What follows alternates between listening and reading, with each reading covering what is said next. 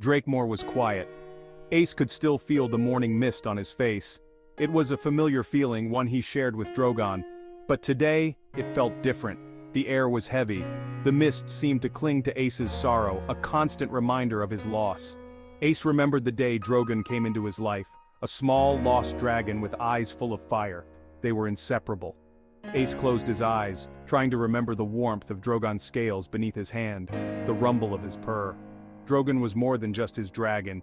He was Ace's family, his confidant, his protector. And now he was gone. Ace felt a lump in his throat. He swallowed hard, trying to push down the grief that threatened to consume him. Ace looked up at the sky, hoping for a sign, a flicker of Drogon's fiery breath among the clouds. But the sky remained empty. Ace was alone. Ace and Drogon were inseparable. They trained together, soared through the skies together, and faced every challenge as one. Ace remembered their first flight, the wind whipping through his hair as Drogon climbed higher and higher. They had saved villagers from landslides, retrieved lost treasures from treacherous caves, and even faced down a band of rogue dragons who threatened Drakemore. Drogon was always there, his courage unwavering, his loyalty absolute. Ace smiled, a flicker of warmth pushing through the sadness. He remembered Drogon's playful side too, how he would chase butterflies, hoard shiny objects, and roll around in the mud after a rainstorm. Even in his grief, Ace couldn't help but chuckle at the memory. Drogon was a force of nature, but he was also a goofy, loving creature, and Ace missed him dearly. The memory of the battle was etched in Ace's mind. A rogue dragon, twice the size of Drogon, had descended upon Drakemore, its eyes glowing with malice.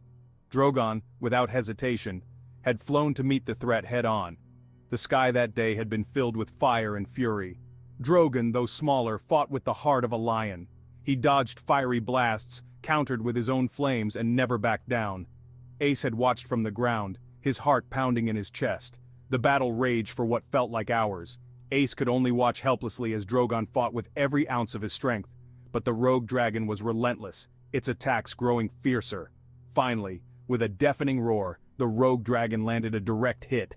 Ace's blood ran cold as he watched Drogon fall from the sky, disappearing into the forest below. Section 4. Drogon's Rest.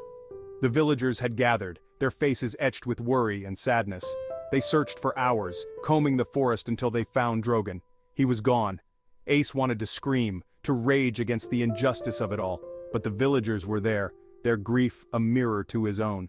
They built a monument in Drogon's honor, a towering stone carved with his image. It overlooked the valley, a place where the sun always seemed to shine a little brighter. Ace would sit there for hours, talking to Drogon, sharing his thoughts and dreams. The villagers understood. They brought him food, sat with him in silence, and offered words of comfort. They told stories of Drogon's bravery, his kindness, and the countless times he had protected their village. Their support was a lifeline, a reminder that Ace was not alone. He began to heal, slowly, painstakingly. But the pain never truly went away.